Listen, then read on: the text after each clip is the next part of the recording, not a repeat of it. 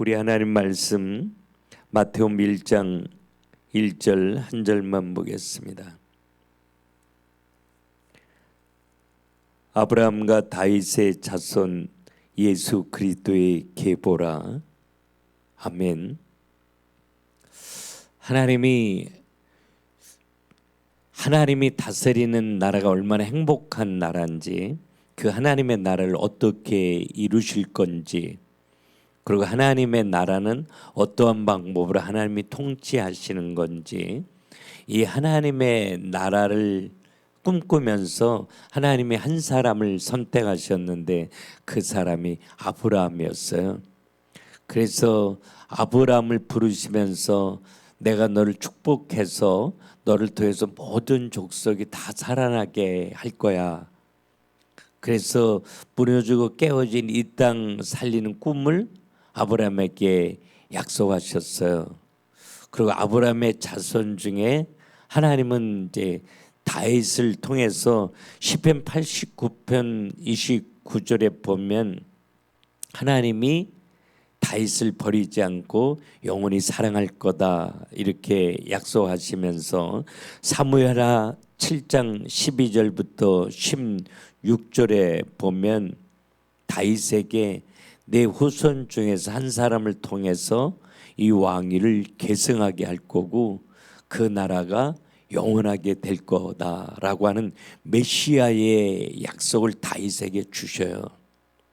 그래서 하나님이 통치하는 나라가 얼마나 견고한지, 얼마나 안전하고 행복한지 다윗을 통해서 정말 멋있는 다윗 왕국을 이루시고 네 후손 가운데 이 왕위를 계승할 자가 나오게 할 거야. 그리고 그 나라는 영원할 거야 라고 이렇게 메시아의 언약을 다윗에게 주셨는데, 이사야 선지자를 통해서 이사야 9장 6절부터 7절에 보면 그때 이 메시아를 다시 한번 확인해 주셔요. 그의 어깨에는 정사를 베었고 그의 이름은 기묘자라 모사라 전능하신 하나님이라 영존하시는 아버지라 평강의 왕이라 할 것임이라. 그 정사와 평강의 더함이 무궁하며 또 다윗의 왕자와 그의 나라에 군림하여 그 나라를 굳게 세우고, 이게 이사야를 통해서 또 다윗의 후손을 통해서 이 땅에 오실 그 메시아를 계속해서 확인시켜 주고 있어요.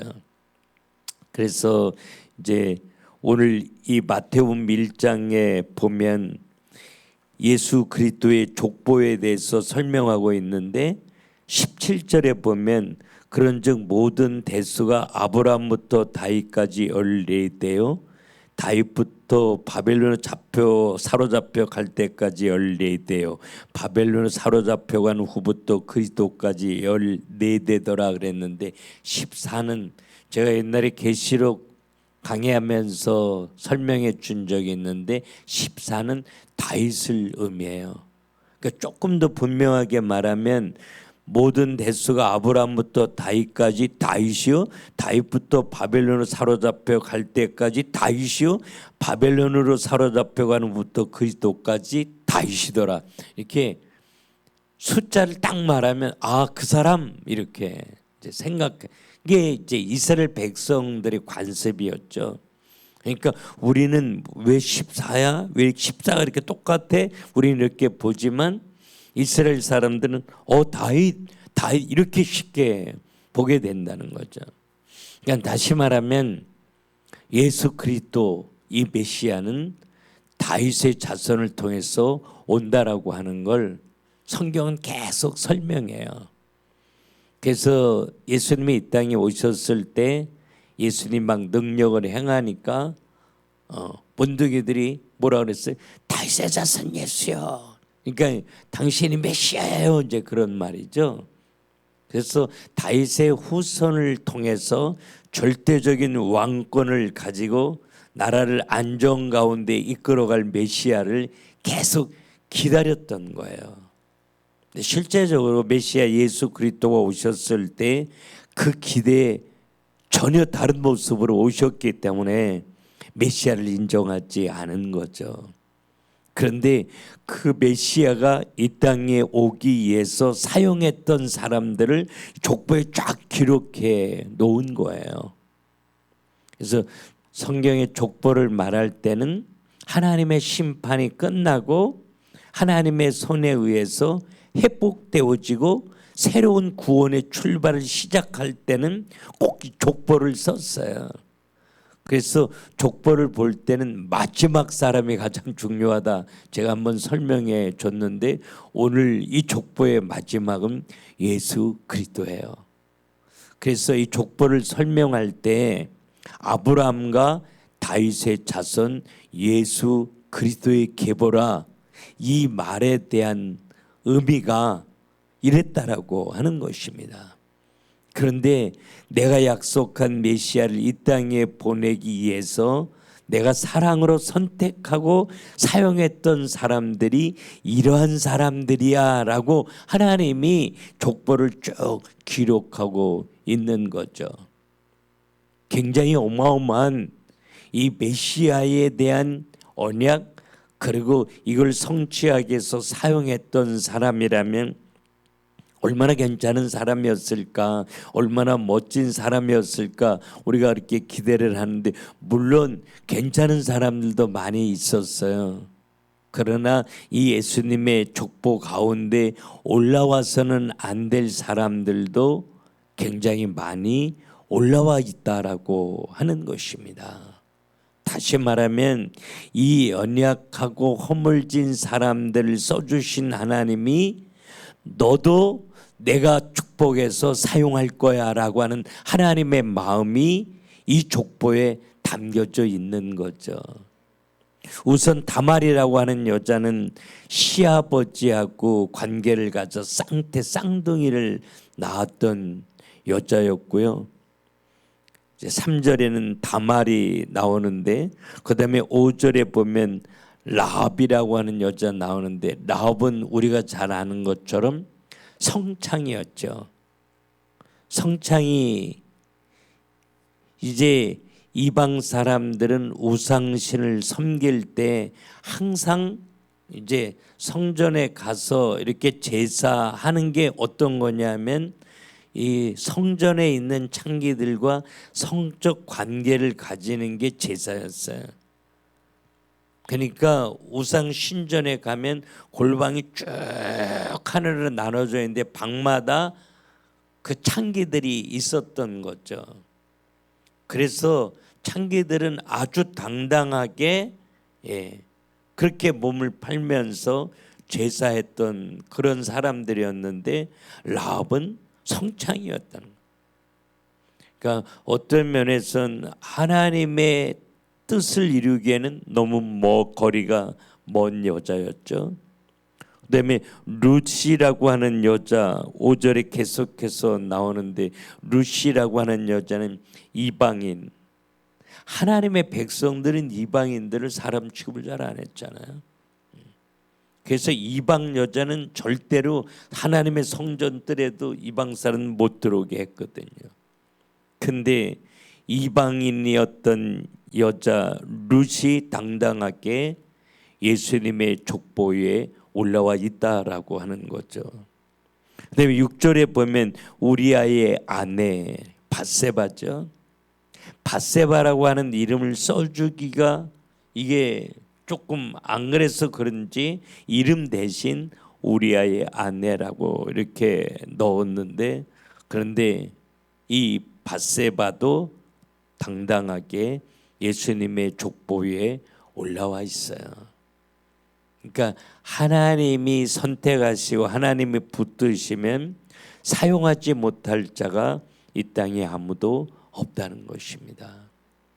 아니, 하나님의 거룩한 뜻을 이루기 위해서 사용하는 사람들 가운데 버려지고 깨어진 사람들이 훨씬 더 많았다라고 하는 거죠. 고린도전서 1장 27절 28절에 하나님이 누굴 택해요? 하나님의 뜻을 이루기 위해서 미련한 자, 약한 자, 멸시받고, 지금 여기에 올라와 있는 사람들이죠. 멸시받고 천대받고 없는 자, 없는 자는 가진 게 아무것도 없어. 할 수 있는 게 아무것도 없는 거죠. 나 하나 숨쉬고 사는 것조차도 어려운 정말 버려진 그러한 사람들을 하나님이 선택하셨다는 거예요. 뭘 위해서? 이 거대한 하나님의 뜻을 이루기 위해서요. 성경은 이걸 계속해서 말하죠. 정말 안 될 것 같은 사람을 택해서 하나님의 놀라운 뜻을 이루셨으니까요. 그 하나님이 동일하게 내가 그랬었잖아. 근데 지금도 그런 마음으로 널 택한 거야. 너를 통해서 이 놀라운 일을 내가 반드시 이룰 거야. 이렇게 약속하시는데 우리 스스로는 나는 아니야 라고 하는 생각을 하죠. 왜? 내 눈으로 날 보니까. 내 눈으로 날 보면 우리 안 돼요. 그러나 하나님 보시기에는 하나님의 거룩한 뜻을 이루길 원해서 택하신 정말 보배롭고 존귀한 인생이 바로 나라고 하는 거죠. 오늘 예수님의 이 족보를 통해서 하나님은 놀라운 구원의 역사를 지금 시작하셔요. 이 마태복음은 왕으로 오신 예수 그리스도를 이야기하고 있어요. 이 마태복음은 유대인들을 향해서 쓴 거거든요. 마가복음은 로마인들을 향해서 쓴 거고요. 누가복음은 이방인들을 위해서 썼기 때문에 누가복음의 유난히 하나님의 기적이 많은 거예요. 왜? 이방인들, 믿지 않는 그 사람들에게 하나님이 누구인지 적극적으로 표현해 주기 위해서요.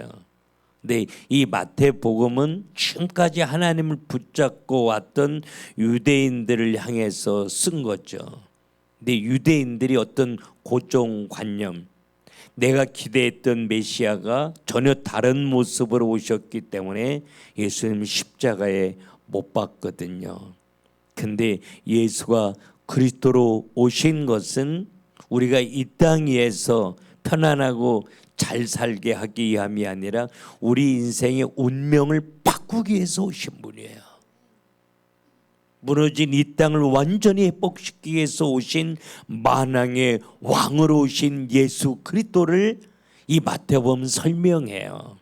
근데 만왕의 왕으로 이 땅에 오셔서 다 무너진 이 땅을 복음으로 정복하고 살리기 위해서 하나님은 나같이 버려지고 깨어진 인생을 찾아오셨다.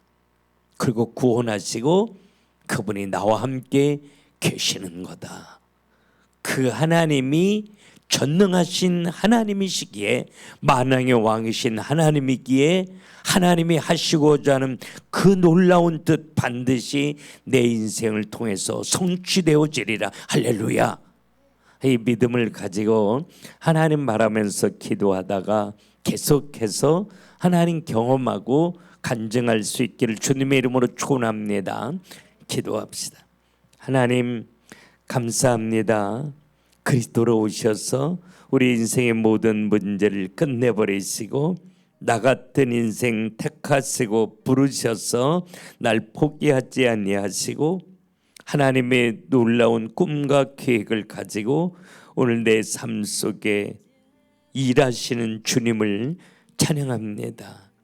이 새벽에 기도하면서 임마누엘의 하나님 다시 한번 발견하며 확인하며 그분의 이름을 부르며 새 힘 얻어 승리하기를 소원합니다.